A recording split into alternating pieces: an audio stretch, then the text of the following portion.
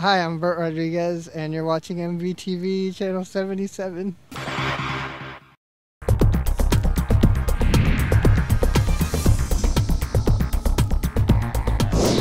Coming up on this edition of CityVision, we take you inside the new dog-friendly park plans in South Beach. Talk about resident-friendly, the In Card is your ticket to discounts across the city. And we explain the flood of changes underway to strengthen the city's stormwater system.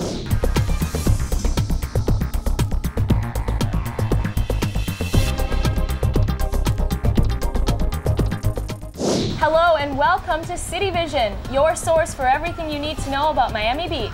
I'm Diaz. And I'm Ivette Diaz. Thanks for joining us. We are on location in Miami Beach at the beautiful Park Central Hotel. The Park Central is one of the many Art Deco hotels on Ocean Drive protected by the historic district designated 30 years ago. With its pastel palette and vintage car parked outside, the Park Central revels in its 1930s roots. The Art Deco architecture in Miami Beach may not be here today if it were not for the people who fought for its preservation in the 1970s. Throughout this show, we celebrate the 30th anniversary of that historic designation and what it means to our vibrant and tropical city. From history to culture, we want to tell you about the new way to get to the Cultural Arts campus of Miami Beach. The South Beach Local now makes a stop at 21st Street and Park Avenue. The new bus stop is in the heart of the Collins Park Cultural Campus, featuring the Bass Museum of Art, the Miami Beach Public Library, and the Miami City Ballet. It only costs $0.25 to ride the South Beach Local, and it comes around every 10 to 15 minutes. For most people, this will be wonderful. You can see there's a lot of construction going on in the neighborhood, so there's many more residential units that are going to be coming on board in the next few months. So this is a great win for everyone. The South Beach Local is also adding a stop at Island Avenue on Belle Isle. To see a complete list of stops the South Beach Local makes, visit miamidade.gov/transit. And you don't want to miss the bus on this one, Ivette. It's the In Card.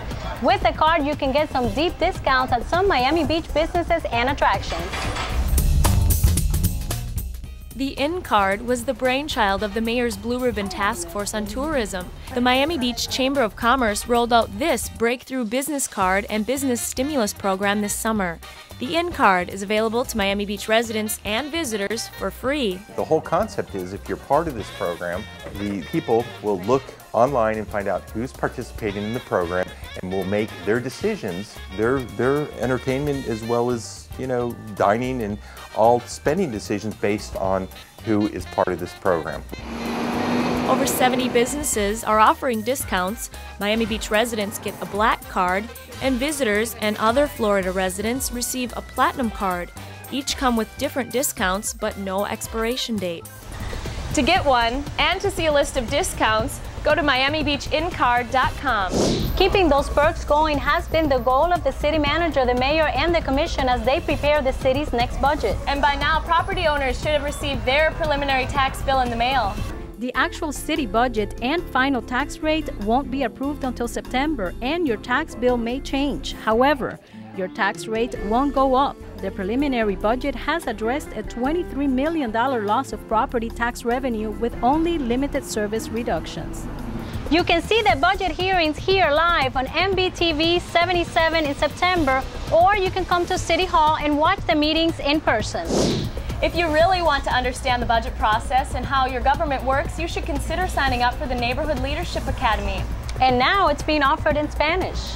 Since 2001, over 500 people have graduated from the Miami Beach Neighborhood Leadership Academy. For the first time, the free course is also being offered in Spanish. The academy spans 15 weeks, and classes are held every Monday night at 6 p.m. at City Hall. You can learn about city government and the services offered in fun, interesting, and interactive ways. Applications in English and Spanish can be picked up at City Hall or can be found online at miamibeachfl.gov. Well, there's no need to speak French, Ivette, to know that Normandy Isle in North Beach is a very special place. The city has renamed 71st Street in Miami Beach to Henri Levy Boulevard. His daughter June Newbauer was at the dedication ceremony. He was a very shy man, and he would be embarrassed at all this excitement today, but also very proud. Do you recognize this? The Normandy Isle fountain is dedicated to Henri Levy, who developed the plaza and gave the streets French names. One of Levy's major accomplishments was dreaming up the 79th Street Causeway, which was built in 1929. It's amazing that someone built this, that we're all benefiting and enjoying this beautiful place today because of someone's vision. And I'm looking forward to many more years of remembering Mr. Levy's name and all that he contributed to make this possible. The street's name change was approved by the state legislature last year. We think Miami Beach is a great place to live, work, and play. It is, and the results of the community satisfaction survey seem to back that up. While there's always room for improvement, the City Focus segment tells us we're headed in the right direction. 2,500 residents and businesses from here in North Beach all the way down to South Beach gave their input on the survey, and many of the results are positive. Of the 63 questions posed during the survey, almost all of them showed improvements over the last survey. We were particularly surprised because in an economy as challenging as it is today, we were not sure how that would play in, and despite that, we got those tremendously positive results. 85% of residents rate Miami Beach a great place to live. This is the best place in the universe to live. And the people who are active in the community love the community and want to make it the best place it could be. 65% of residents gave good ratings for value of services received for the amount of tax dollars paid, a 19% increase. And when it comes to cleanliness, it's a rating sweep. 71% of our residents rate cleanliness as excellent or good. A couple of years ago, we put in additional resources into cleanliness, expanded the areas that we clean on a regular basis so that all of the commercial corridors are now cleaned on a regular basis. The businesses polled also showed a double-digit improvement in their ratings of cleanliness of the city. Businesses and residents continue to give high ratings to the appearance of city buildings and parks, and when the city fills up with major events, you feel that we plan accordingly.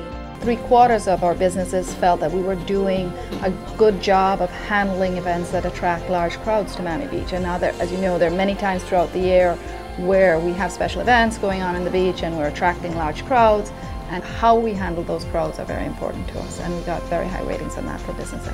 The community survey not only tells us how we're doing, but also helps us plan our resources to make sure we address the issues that matter to our residents and businesses. For example, new storm drainage projects and new parking garages are in the works. Survey results indicate we are improving.